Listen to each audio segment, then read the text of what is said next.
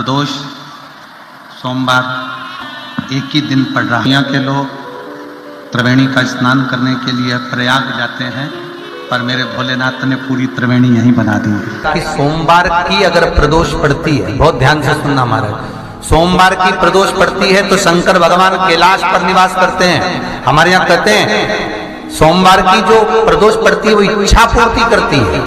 प्रदोष का दिन, प्रदोष काल का समय, भगवान शंकर प्रदोष के दिन प्रदोष काल में अपने भक्तों के घर पर नंदी के कान में जो बोल कर जाता है, शिवजी नंदी पर बैठकर उस भक्त के दरवाजे पर उसका कल्याण करने के लिए प्रदोष के दिन प्रदोष काल में पहुंचते हैं। प्रदोष के दिन या सोमवार के दिन तो शिवजी की जो सबसे छोटी लड़की है अशोक सुंदरी, उस अशोक सुंदरी वाली जगह पर इस बेलपत्र को, उस घी को बीच की पत्ती में थोड़ा सा लगा लीजिए, और जो अशोक सुंदरी वाली जगह है, जानते हो ना आप लोग अशोक सुंदरी की जगह, आपको पहले भी कथा में कहा, चंदन को लगा लीजिए। और महाराज बीच की पत्ती में थोड़ा सा घृत, घृत मतलब गाय का घी, गौ माता के दूध से माखन से निर्मित उस घी को बीच की पत्ती में थोड़ा सा लगा लीजिए। और जो अशोक सुंदरी वाली जगह है, आप घी वाली बेलपत्र को अशोक सुंदरी वाली जगह पर रखकर ये जो चंदन लगी हुई बेलपत्र है, इसका मुख ऐसा सीधा की सीधा रखोगे तो गणेश जी की ओर हो जाएगा, षडानंद कार्तिकेय की ओर हो जाएगा। अपनी कामना कर कर जिससे धन लेना है, पैसा लेना है, या जो कार्य निकालना है वो नहीं निकल रहा, बहुत प्रयास कर लिया, अदालत में 50 बार हो जाए, काम नहीं हो रहा, तब इस बेलपत्र का प्रयोग करना, बाबा से विनती करना और विनती कर कर वापिस सजाना। केवल 2 प्रदोष या 2 सोमवार कर लीजिए, बाबा आपकी मनोकामना पूर्ण। सूर्य आप अगर व्रत नहीं कर सकते तो प्रदोष के दिन, प्रदोष काल में शाम का समय सूर्यास्त का कुछ पल, कुछ घड़ी के पहले से लेकर बाद तक का प्रदोष काल के अंतर्गत आप शंकर जी के मंदिर में जाकर 1 लोटा पानी, 5 बेलपत्र भी अगर समर्पित करते हैं तो संपूर्ण प्रदोष का फल आपके भाग्य में प्रबल हो जाए। एक निवेदन सभी श्रोता बहन भाइयों से, कथा तो भी प्रदोष काल में, प्रदोष के समय वो जल, मूंग, समीपत्र और बेलपत्र और गुड़ का शंकर के शिवलिंग को समर्पित करना प्रारंभ कर दो। 2 या 3 प्रदोष करोगे, बाबा आपकी मनोकामना शीघ्र पूर्ण कर देगा। 2 या 3 करो। बहुत दिन से काम नहीं हो रहा था, काम तुरंत हो गया, समझ लेना शिव ने कृपा कर दी। प्रदोष काल में जाकर भगवान शंकर की आराधना कर, शिव मंदिर में जाकर अर्चना कर, प्रदोष काल में जाकर शंकर को नमन कर। अगर प्रदोष का व्रत नहीं भी करता तो प्रदोष काल में जाकर शंकर के मंदिर में 1 घृत का घी का दिया लगा दे। आपको पहले भी कहा है, तुम्हारी भगवान से अगर बेर है, भगवान के मंदिर नहीं भी जाना चाहते तो भगवान की चौखट पे दिया लगा दो, पर लगाओ। शाम के समय पर प्रदोष काल में बेलपत्री के पेड़ के नीचे, चाहे शंकर के मंदिर के दरवाजे पर या शिव मंदिर में, अगर आप प्रदोष के दिन दिया लगाते हो, सोमवार के दिन दिया लगाते हो, तो ऐसा कोई व्यक्ति नहीं जिसको मेरे देव अधिदेव महादेव, मेरा विश्वनाथ भंडार नहीं भरता हो, खाली नहीं छोड़ेगा, दे देगा, भंडार भर देगा। 2-1 प्रदोष करा तुमने, अरे 1 साल करो, सारे दर भी तो अपन ठोकर खा कर आए, इतना साल निकाला अपन ने, और 6 महीना, 3 महीना, 4 महीना भगवान से निवेदन तो करो, दिल से कहो तो सरी, नी भंडार भरे तो बात दूसरी, एक बार बोलो तो। पर जगत के लोगों के सामने जाकर मत कहना, कहना तो देव अधिदेव महादेव से कह। प्रदोष व्रत करने वाले को प्रदोष के दिन प्रयास करना चाहिए कि रात्रि के समय पर आधा घंटा, 10 मिनट, 20 मिनट जागरण करे। जागरण मतलब थोड़ा भगवान का भजन कर ले। भले 4-5 माताएं इकट्ठी नहीं हो तो अपन अकेले ही कर लो। अपन अकेले कम है क्या भाई, अपन कम पड़े। आराधना अकेले भी करो, जागरण करो। जब आपकी 11 प्रदोष हो जाए, 26 प्रदोष हो जाए, तब उद्यापन करो। उद्यापन 2 ब्राह्मणों को जोड़े से बुलाओ, ब्राह्मणों को जोड़े से बुलाकर उनके चरणों की पूजन कर कर, आराधना कर कर, सुंदर मंडप तैयार कर कर भगवान का, उसमें सुंदर रंगोली डालकर, मंडल बनवाकर पूजन करो शंकर भगवान की प्रदोष का। एक दिन पहले गणेश की आराधना करो, पूजन करो, और प्रदोष वाले दिन जो मंडल बनाए हैं पूजन अर्चना करने के लिए जो स्थान दिया है उसकी आराधना करो। खीर की आहुतियां दीजिए 108 बार। जो ब्राह्मण आए उनके माध्यम से मंत्रों द्वारा पूजन कराकर खीर की आहुतियां दीजिए शिव नाम। महाराज फिर ब्राह्मणों को जोड़े से भोजन कराकर, चरणों को नमन कर कर, दक्षिणा प्रदान कर कर, निवेदन कर कर ब्राह्मणों से कहें, हे ब्राह्मण देवता, आप हमें आशीर्वाद प्रदान करें कि जिस प्रदोष का हमने व्रत किया है उस व्रत का पुण्य फल हमें प्राप्त हो। ऐसा ब्राह्मण चरण को नमन कर कर, प्रणाम कर कर उनसे अपने मस्तक पर अक्षत छुड़वाएं। फिर नमन कर कर, भोजन कराकर विदा करें। शाम को भगवान का जागरण करें। ऐसे प्रदोष व्रत का उद्यापन कर अपने जीवन को सार्थक बनाएं। ऐसा सुंदर प्रदोष व्रत का व्याख्यान वर्णन स्कंद पुराण में करा गया। वही स्कंद पुराण का प्रदोष व्रत का वर्णन आपको शिव महापुराण के इस सुंदर संवाद में किया गया। तो लक्ष्मी के लिए कोई उपाय करें तो कौन सी प्रदोष पर करें? तो अच्छे से सुन लेना भाइयों। शुक्ल पक्ष में जो प्रदोष पड़ती है वो लक्ष्मी की वृद्धि के लिए होती है। तो जितने उपाय आपको प्रदोष के बताए जाते हैं उस हिसाब से आप करो कि शुक्ल पक्ष की प्रदोष है तो लक्ष्मी का कोई उपाय करना। प्रदोष काल में, प्रदोष के समय पर, प्रदोष काल के अंतर्गत बेलपत्री का स्मरण किया है। वो बेलपत्र का स्मरण अगर संसार का मनुष्य कर लेता है तो महाराज ब्रह्मवृत्ता पुराण कहती है कि उस जीव का ऐसा कोई कार्य नहीं जो सफल नहीं होगा। महाराज मेरा निवेदन रहेगा, किसी एग्जाम में आप बैठ रहे हो, इंटरव्यू के लिए जा रहे हो, किसी कार्य के लिए जा रहे हो, नौकरी नहीं लग रही, सर्विस नहीं लग रही, तो महाराज तांबे के कलश में 11 बेलपत्र को रखा जाए और तांबे के कलश में 11 बेलपत्र रखकर उसमें 11 सफेद पुष्प को डाला, लाल चंदन घिसकर कटोरी में लेकर जाइए। प्रदोष के दिन, शुक्ल पक्ष का जो प्रदोष पड़ जाए उसके दिन शंकर के शिवलिंग पर लाल चंदन लपेटने से पहले शंकर की जो जलाधार करती है, शंकर भगवान का संपूर्ण परिवार जलाधारी में विराजमान है। शिव महापुराण कहती है, माता उमा का चरित्र कहता है, कोई एग्जाम में बैठ रहे हो, कोई कंपटीशन एग्जाम में बैठ रहे हो और चाहते हो कि मेरी नौकरी इसमें लगना ही चाहिए, तो लाल चंदन का लेपन आपको इस पूरी जलाधारी पर करना है। लाल चंदन का लेपन पूरी जलाधारी पर करना। और महाराज जी जिस कलश में आपने घर से 11 बेलपत्र और 11 सफेद पुष्प जल के अंदर डालकर लाए हो, उसको आप चढ़ाएंगे तो इस तरह से चढ़ाएंगे कि उसका भाग हमें दिखे चढ़ते समय। ऐसे नहीं चढ़ाएं, उसको चढ़ाते समय इस तरह से चढ़ाएं कि वो जल का भाग हमारी ओर गिरता हुआ। महाराज जब आप वो समर्पित कर दें, बेलपत्र पुष्प आदि सभी चीजें, उस चंदन का एक थोड़ा सा भाग पूरी जलाधारी पर हाथ फेर कर अपने दरवाजे पर आते आते उसका स्पर्श कर दें। जिस दरवाजे से आप एग्जाम देने के लिए जाओगे, जिस घर से आप जाओगे, अपने घर के किसी भी दरवाजे पर उसका हाथ लगा दें या कोई स्थान को छू लें। जिसको आप दरवाजे को खोलकर, दरवाजे को स्पर्श कर कर या दीवार को छूकर या अलमारी को छूकर, जिसको भी छूकर आप जाओगे उसका स्पर्श कर लेना। फिर आपको कुछ नहीं करना है, उमा और महेश ही सब कुछ करेंगे जो उनको करना है, सब साथ ही। किसी व्यक्ति ने अपनी जिंदगी में एक नियम बना लिया कि मुझे प्रदोष के दिन बाबा देव अधिदेव महादेव को एक कमल का पुष्प चढ़ाना। और कई मौसम ऐसा होता है कि उसमें कमल का पुष्प नहीं मिलता तो कमल गट्टा बाजार में मिलता है, देखा है आप लोगों ने, काला कलर का होता है कमल गट्टा।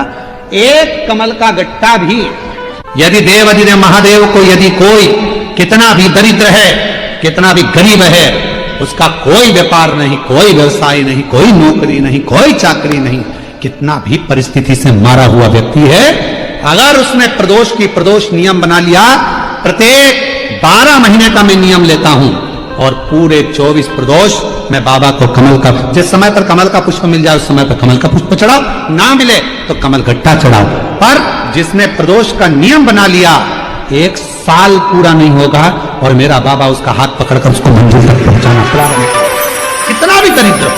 यदि किसी को धतूरा क्यों चढ़ाया जाता है, वो धतूरे का प्रमाण क्या कहता है, तो शिव महापुराण की कथा में रुद्र संहिता के अंतर्गत महाराज अगर आप पढ़ेंगे तो उसमें व्याख्यान वर्णन मिलेगा कि मनुष्य के जीवन में प्रतिदिन असत्य बोलने में आते मुख से कई बार असत्य का संबोधन निकल जाता है, झूठ निकल जाता है, असत्य निकल जाता है। तो हमारे यहाँ शास्त्र कहता है सबसे पहला धतूरा भगवान शंकर को अगर किसी ने समर्पित करा था तो ब्रह्मदेव ने करा था महाराज, और उसका भी प्रमाण है कि हर चीज का प्रमाण होना चाहिए। देखो कि आखिर भगवान के मंदिर के पीछे क्यों नहीं प्रणाम करते, तो उसका भी प्रमाण होना चाहिए। कि कोई आपसे पूछे तो बता तो सकते हो, केवल कथा के माध्यम से नहीं, आप उसको बता सकते हो कि ये कारण है। आप चंदन चढ़ा रहे हो तो उसका कारण बताना पड़ेगा कि ये चंदन क्यों चढ़ाया, चावल चढ़ाया तो उसका कारण बताओ कि अग्नि पुराण में लिखा है कि अक्षत की महत्वता क्या है।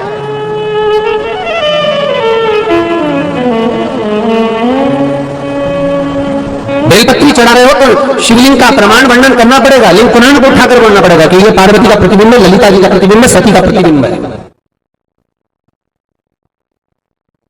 एक एक चीज को आज के समय में अगर आप किसी को कोई राय दे रहे हो, कुछ बता रहे हो, तो प्रमाणित करना पड़ेगा कि ये आपको यहां से इसका वर्णन है और आपको ये करना पड़ेगा, उसके अनुसार ये कर्म है।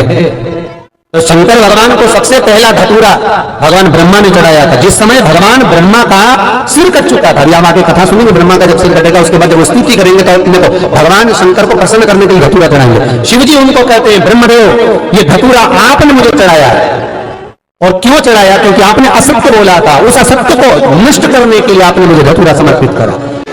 देखिए,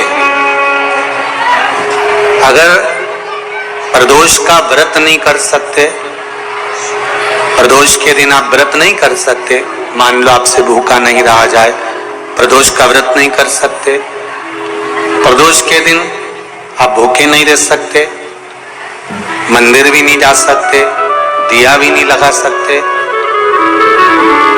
तो शिव महापुराण की कथा कहती है कि प्रदोष के दिन, प्रदोष काल में अपने ही दरवाजे के पास देवाधिदेव महादेव का स्मरण कर लक्ष्मी की वृद्धि के लिए, कार्य सिद्धि के लिए, संपदा को प्राप्त करने के लिए आप अपने ही दरवाजे के पास में एक दीप लगा सकते हो। कौन से दिन? प्रदोष के दिन। प्रदोष का दिन, प्रदोष काल, शाम का समय भगवान देवाधिदेव महादेव मां जगतजननी पार्वती जी के साथ में भ्रमण करने के लिए। देखिए, अगर प्रदोष का व्रत नहीं कर सकते, प्रदोष के दिन आप व्रत नहीं कर सकते, मान लो आपसे भूखा नहीं रहा जाए, प्रदोष का व्रत नहीं कर सकते, प्रदोष के दिन आप भूखे नहीं रह सकते, मंदिर भी नहीं जा सकते, दिया भी नहीं लगा सकते, तो शिव महापुराण की कथा कहती है कि प्रदोष के दिन, प्रदोष काल में अपने ही दरवाजे के पास में देवाधिदेव महादेव का स्मरण कर लक्ष्मी की वृद्धि के लिए, कार्य सिद्धि के लिए, संपदा को प्राप्त करने के लिए आप अपने ही दरवाजे के पास में एक दीप लगा सकते हो। कौन से दिन? प्रदोष।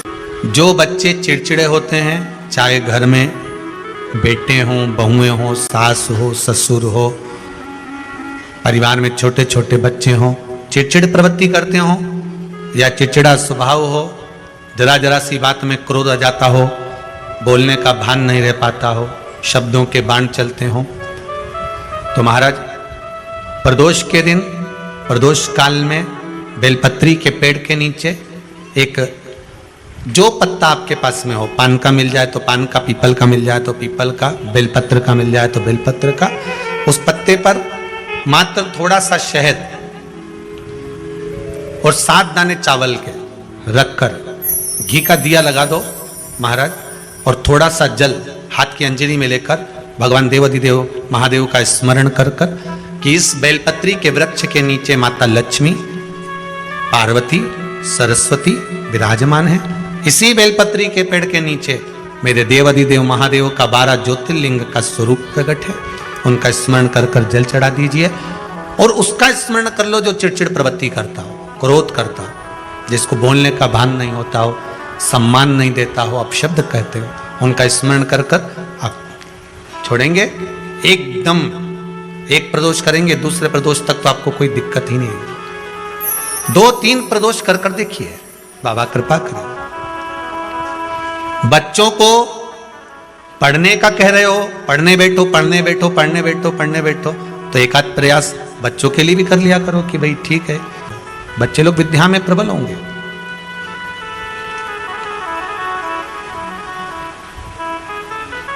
शिव उपासना का जो फल है वह 1000 गुना। पहले भी कथा में काज फिर कहते हैं, शिव मंदिर में जल बाद में चढ़ाना, शंकर के मंदिर में जाकर पंचामृत स्नान बाद में कराना, शंकर जी के मंदिर में जाकर पूजन बाद में करना, पहले थाली एक और रखकर शिव मंदिर में झाड़ू, पोछा या जो बेलपत्री निर्माल्य जो भी रखा हो उतरा हुआ सामान उसको भरकर कहीं एक और जहां मंदिर वाले रखते हो वहां ले जाकर रख दो, झाड़ू पोछा एक बार जरूर। पूजन करने से पहले सबसे पहले सफाई का ध्यान रखो और एक विश्वास रखना, आप मंदिर की सफाई नहीं कर रहे हो, फिर निवेदन करूंगा आपको, आप मंदिर की झाड़ू नहीं लगा रहे हो, आप मंदिर की सफाई नहीं कर रहे हो, आप मंदिर में पोछा नहीं लगा रहे हो। जितना हाथ आप मंदिर में फेर रहे हो सफाई के लिए, उतना आपके जीवन में जितना दुख है, जितनी तकलीफ है, जितना कष्ट है, जितनी बीमारी है, उस पर हाथ फेर रहे हो, मंदिर में नहीं फेर रहे हो। नहीं तो सारी दुनिया में जितने मंदिर हैं, सारे मंदिरों में ट्रस्टियों ने कुछ ना कुछ लगा के रखा है। स्वीपर आता है, साफ करके जाता है, ये आएगा सफाई कर जाएगा, पंडित जी होंगे तो बुआरी लगा देंगे, पंडित जी होंगे सफाई कर देंगे। उन्होंने तो पंडित जी को बोल के रखा है कि साफ कर दो, पंडित जी करते भी हैं, पर पहला फर्ज आपका है कि आप मंदिर में आए हो तो पहले आप सफाई करो। क्यों? क्योंकि हम उसका द्वार साफ रखें। आज के समय में तो एक नियम हो गया साहब कि मंदिर में जाते हो तो मंदिर के दरवाजे पर चप्पल उतार के जाते हो, नहीं तो शास्त्र रीति तो ये कहती है कि मंदिर में भगवान सामने बैठा है तो उसके सामने चप्पल भी नहीं उतरना चाहिए। तो कई लोग कहते हैं मंदिर के अंदर थोड़ी ना उतार, हम तो जीने से भी बाहर, एकदम गेट के बाहर वहां उतार, पर सामने तो है ना, सम्मुख में तो है। तुम्हारे यहां अगर 4 लोग दिवाली मिलने आते हैं ना तो तुमने चप्पल रखने का भी स्टैंड बनाकर रखा है, साइड में उतारिए, दिल्ली पर मत उतार देना, थोड़ा साइड में उतारो, सामने से सब आते जाते रहते हैं, सामने उतारो, सम्मुख में क्यों उतार रहे हो?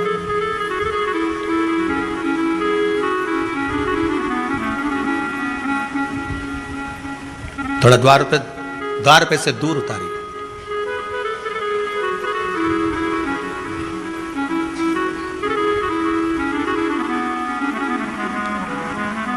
अभी तो कुबेरेश्वर धाम में काम चल रहा है, आप लोग जो दान दे रहे हो, आपके दिए हुए दान से निर्माण चल रहा है।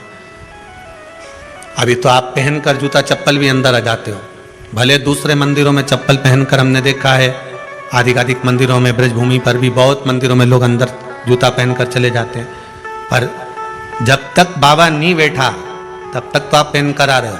जिस दिन बाबा कुबेरेश्वर धाम में आकर बैठ गया उसके बाद वो दोनों गेट पर चप्पल बाहर ही रहेगी। आओ आप, कंकर से शंकर जब शरीर से लगेगा तब सुख भोगोगे, आनंद भोगोगे, सुख की प्राप्ति। अपने द्वार पर भी कितना सुंदर लिखा है भविष्य पुराण के अंतर्गत, और विष्णु पुराण में भृगु बाबा का चरण का चिन्ह भगवान विष्णु की छाती पर रहा, भगवान विष्णु की छाती पर भृगु बाबा के चरण का चिन्ह रहा, चरण का चिन्ह। अब भविष्य पुराण में लिखा है कि अगर हम मंदिर के द्वार पर घर के चौखट के एकदम सामने चप्पल उतार देते हैं, 7 बार दिन भर में से, कितनी बार? 7 बार विष्णु पुराण कहती है ऐसा कोई दिन नहीं होता जिस दिन दरवाजे पर 7 बार लक्ष्मी आकर खड़ी नहीं होती हो। कल एक कथा कही थी आपको कि प्रत्येक मनुष्य के भाग्य में सुख लिखा है, केवल मंथन करना। भविष्य पुराण कहती है 7 बार लक्ष्मी प्रत्येक मनुष्य के दरवाजे पर जाकर खड़ी होती है, पर द्वार पर चप्पल पड़ी होने के कारणवश वो लौट कर चली जाती है। बहुत ध्यान दीजिएगा महाराज, थोड़ा सा आपको बुरा लगेगा और लग जाए, पर शिव पुराण है, जीवन संवार देगी तो अच्छी बात है, जीवन संवार दे तो अच्छी बात है। मंदिर के द्वार पर हम जब चप्पल छोड़ते हैं,